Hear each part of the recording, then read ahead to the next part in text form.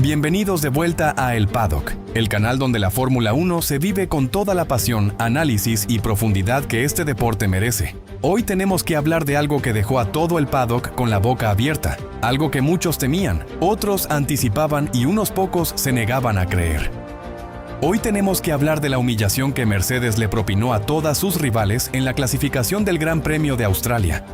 Una humillación total, absoluta, sin contemplaciones ni posibilidad de réplica.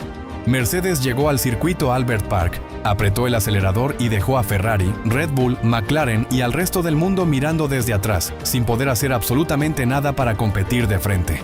Y cuando decimos que no pudieron competir de frente, no estamos exagerando. Estamos hablando de más de un segundo de diferencia, más de un segundo en una clasificación de Fórmula 1, donde los milisegundos son eternidades. Eso fue lo que hizo Mercedes en Australia, y eso es exactamente lo que vamos a desmenuzar hoy aquí en el Paddock. Ayudarnos a crecer y a seguir trayéndote el mejor contenido de Fórmula 1 en español. Y además queremos saber tu opinión. Deja tu comentario abajo. ¿Qué te pareció la clasificación de Australia? ¿Crees que Mercedes puede mantener este nivel durante toda la temporada? Y la pregunta del millón, ¿quién crees tú que va a ganar el Gran Premio de Australia? ¿George Russell, Kimi Antonelli, Isaac Hadjar? ¿O habrá alguna sorpresa que nadie espera? Cuéntanos todo en los comentarios porque en Inocentocientos, el Paddock, valoramos muchísimo tu opinión y nos encanta leer lo que piensa nuestra comunidad. Ahora sí, sin más preámbulos, vamos a hablar de lo que pasó en Melbourne.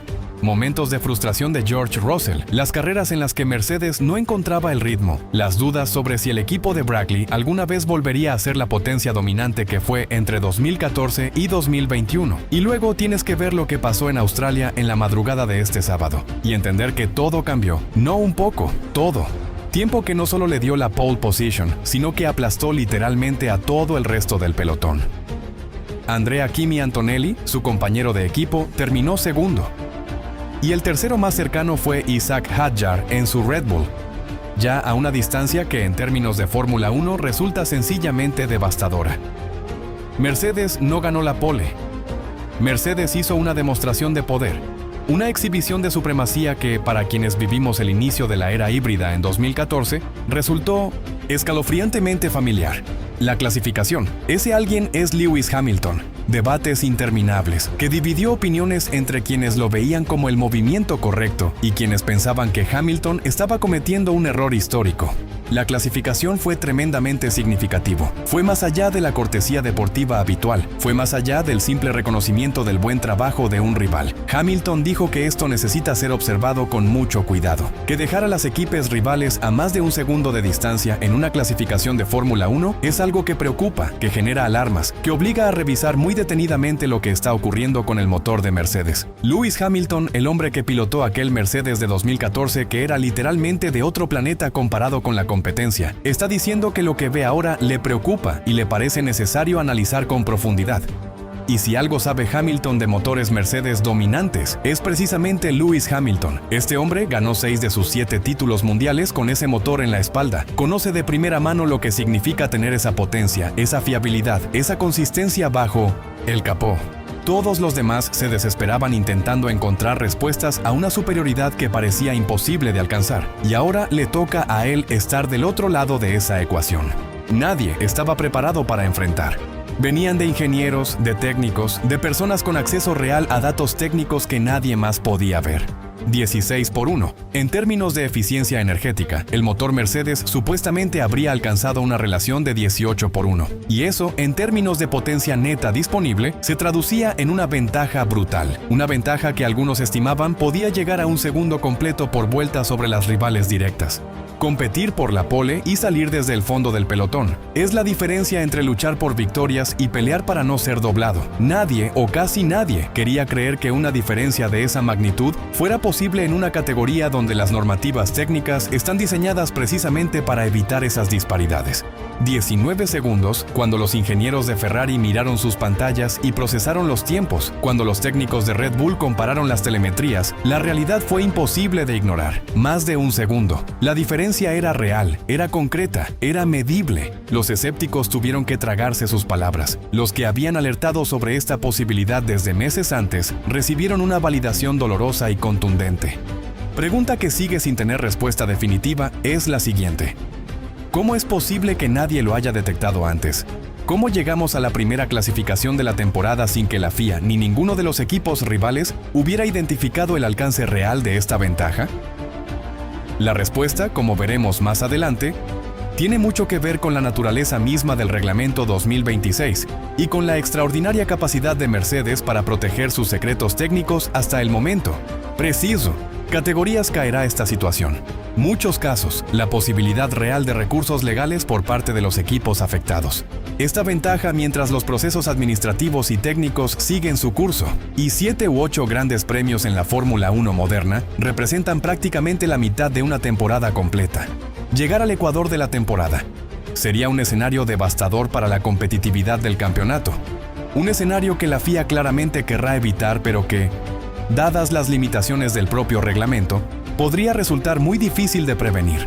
Ninguna norma. Han encontrado una interpretación brillante del reglamento. Han explotado con maestría una ventaja técnica que el propio reglamento les permitía desarrollar. Y han llegado a Australia con el mejor paquete de propulsión que el paddock ha visto en mucho tiempo. Eso no es hacer trampa. Eso es ingeniería de primer nivel. Eso es exactamente lo que se supone que deben hacer los equipos de Fórmula 1. Clasificación de Australia es la siguiente.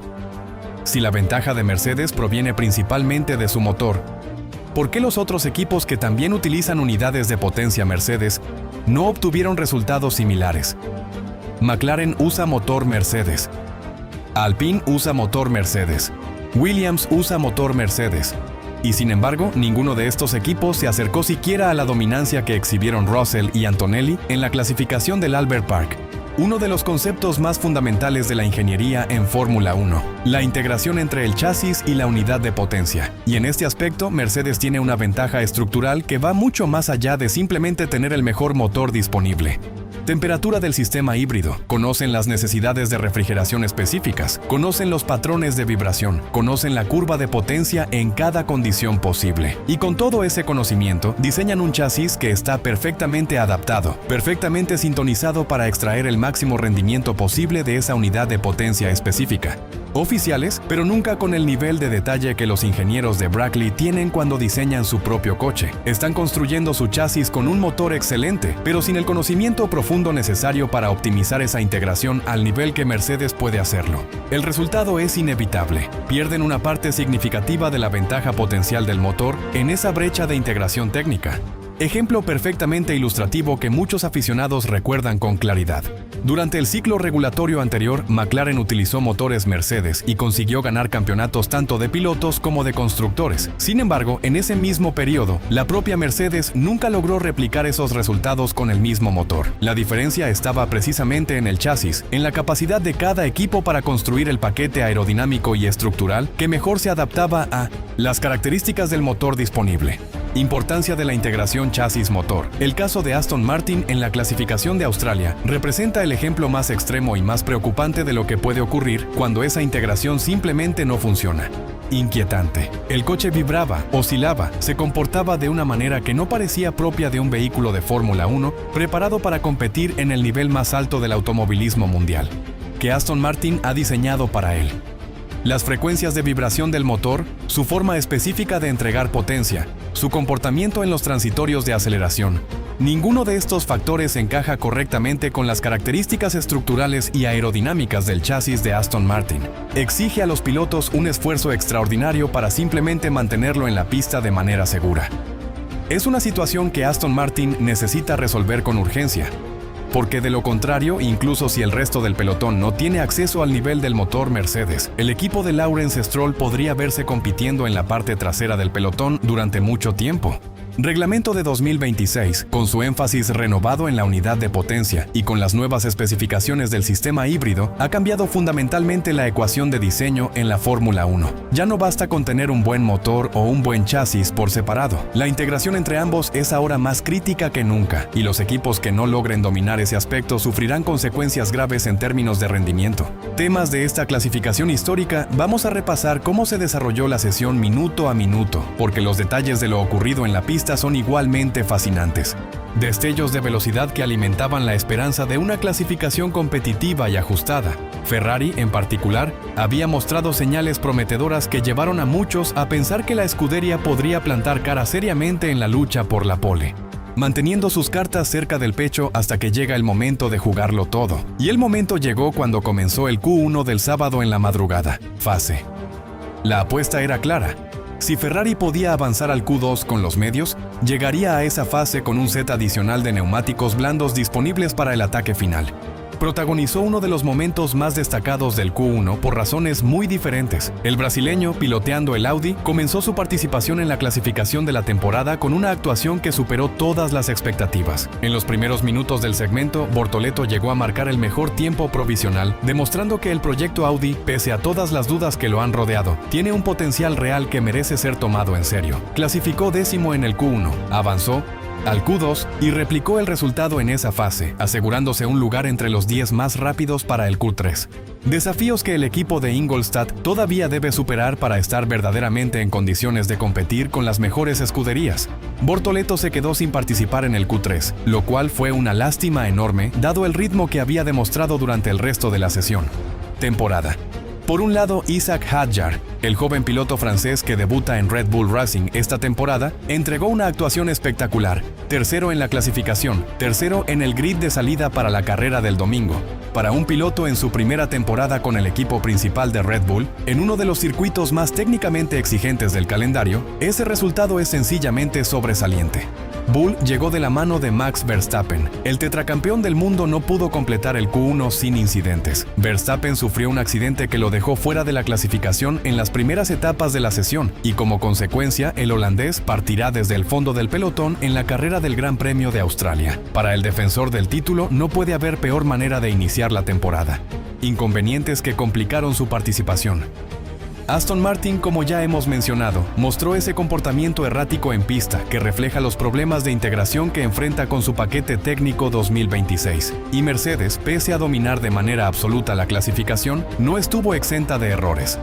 En un momento dado, el equipo permitió que Kimi Antonelli saliera de los boxes con una pieza mal colocada. Un error de procedimiento que, si bien no tuvo consecuencias en el Atsino 100%, resultado final fue un recordatorio de que incluso los mejores equipos pueden cometer fallos bajo la presión de la clasificación.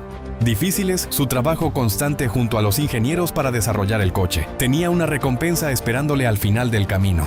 Posición. La última vez que Russell había conseguido la pole había sido en Singapur, en octubre del año pasado. 6 carreras sin arrancar primero para un piloto de su nivel es tiempo suficiente para generar dudas, para alimentar conversaciones sobre si algo faltaba en el paquete de Russell o en el de Mercedes. Esta pole en Australia cierra ese debate de manera contundente.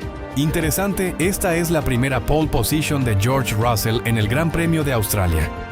Pese a que Russell tiene en Australia un historial respetable, con 2 podios en su cuenta de resultados en este circuito, nunca había logrado encabezar la grilla de salida en Melbourne, hasta ahora, quien está al límite de lo que el coche puede dar.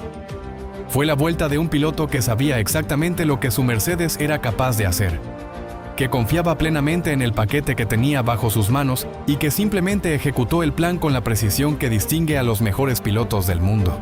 Da el gran salto a un equipo de primera línea con Mercedes. Terminó segundo en la clasificación, segundo en su segunda clasificación en la Fórmula 1 como piloto oficial de Mercedes.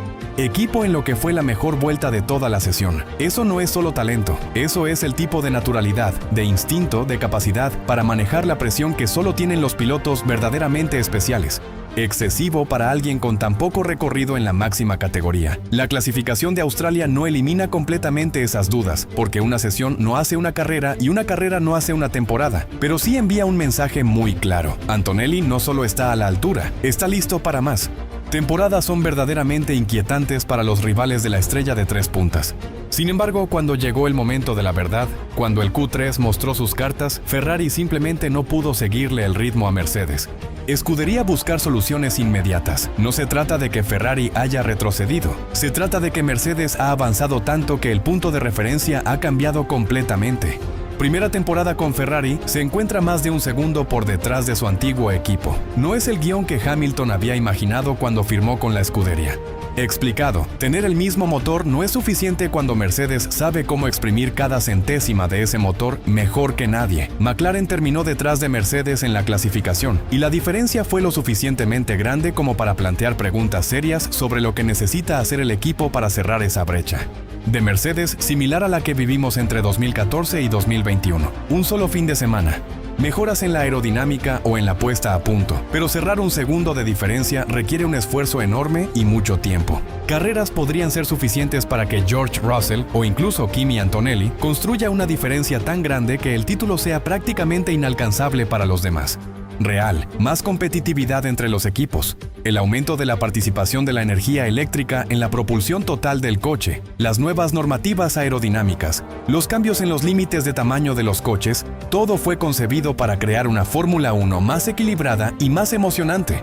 Exactamente el tipo de disparidad que intentaba evitar. Si Mercedes ha encontrado una forma de explotar el nuevo marco regulatorio de una manera que le proporciona más de un segundo de ventaja sobre sus rivales, entonces algo en el proceso de diseño del reglamento falló.